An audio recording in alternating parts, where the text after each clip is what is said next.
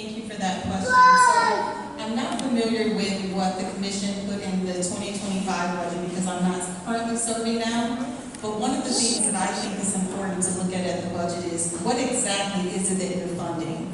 And so I think you can tell a lot about a person based on their checkbook. You can tell a lot about a city based on how we spend funding. And so I'll talk a little bit about how I would like to modify the police department's budget. There are a lot of initiatives that we have in the city that could easily fold into the police budget that has a positive outcome on the city. And it actually, I think, would continue the decline in some of the criminal activity that we're seeing.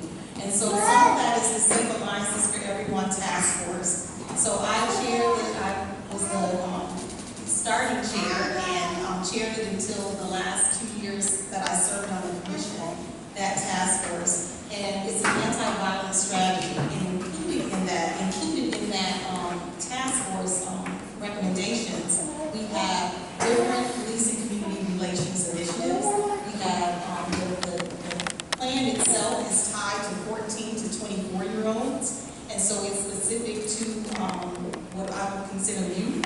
And so there are educational outcomes that are as recommendations. We have safety precaution. We have workforce for that same targeted age group. We talk about policy changes, and so if we are now funding SAFE currently through general operating funding, but if we were to fund the SAFE task force recommendations through the police department's budget, maybe we can get more funding out of it since their budget is so big. Because right now, it's limited in how much is funded, and the priority for me is to make sure that it's fully funded so that we can do the work that we're trying to do.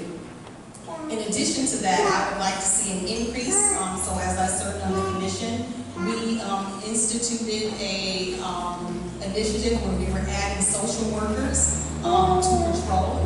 And so not every time a person is stopped, they need policing. Sometimes they need a mental health break. And so having someone that has a social worker background addressing that person ends up in better outcomes for people. And so we piloted that, we added more to that, and I would like to see us add more social workers. And then the last thing I'll say in brief is the neighborhood policing model that is a part of the police department's current strategic plan. I would like to see that to grow so that every neighborhood is aware of who's policing them, and that the police are aware of the people who are in that neighborhood, because policing outcomes are better when people are aware of who they're interacting with, instead of someone swooping in from who knows where with no relationships and no idea what's